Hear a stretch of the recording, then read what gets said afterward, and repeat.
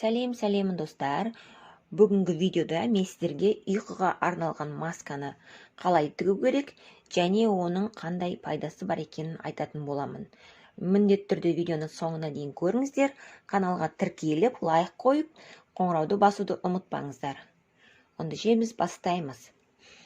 Қараңыздар, осындай дайын шаблонмен біз масканы тігетін боламыз. Ол үшін сіздерге осындай 2 данасын қиып алу керек.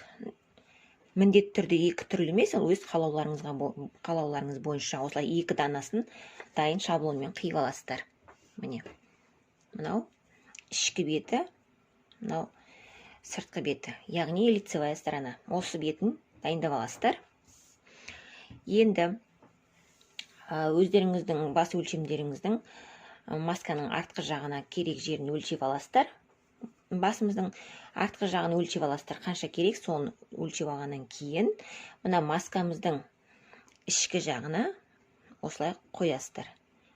Осылай қойып, дайындап аласыздар екі жағында.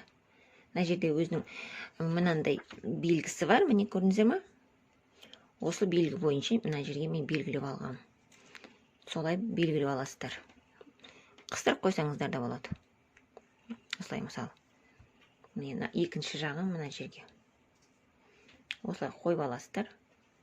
Тігіске берген сол беріп осылай артығымен өлшеп аласыздар.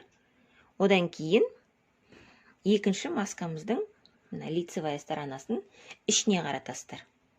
Ішіне қаратып осылай беттестіріп қоямыз. Осылайынан беттестіреміз.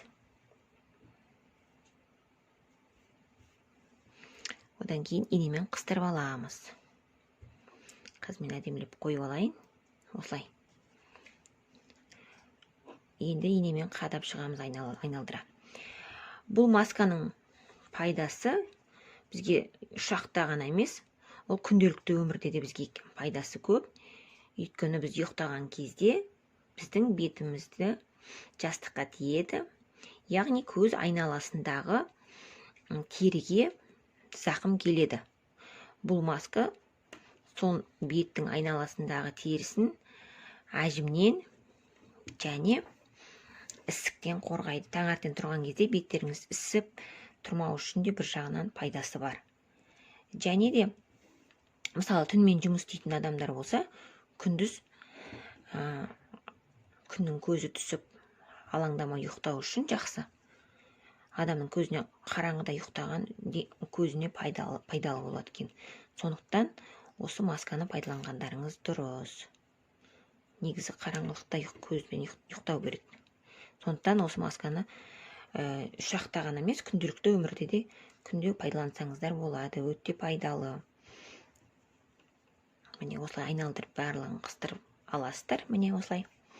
Енді қараңыздар.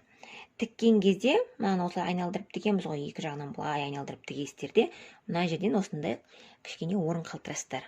Ол, яғни маскамызды ішін сыртына аударуға. Енді мен айналдырып осылай тігіп шығам, міне осылай.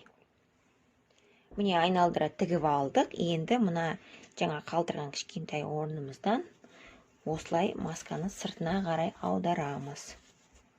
Ішін сыртына аударамыз.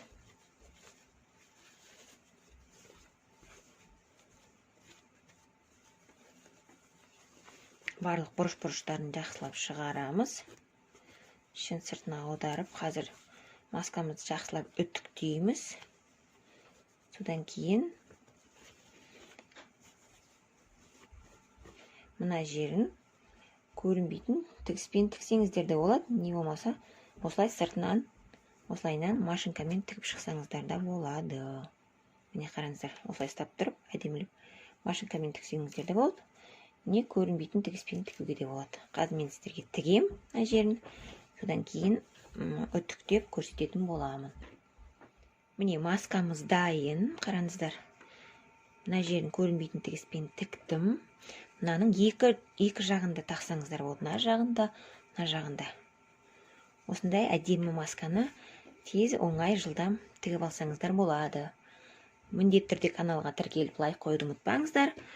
Қоңырауды басып, жаңа видеоны жіберіп алмаңыздар. Назарларыңызға рахмет.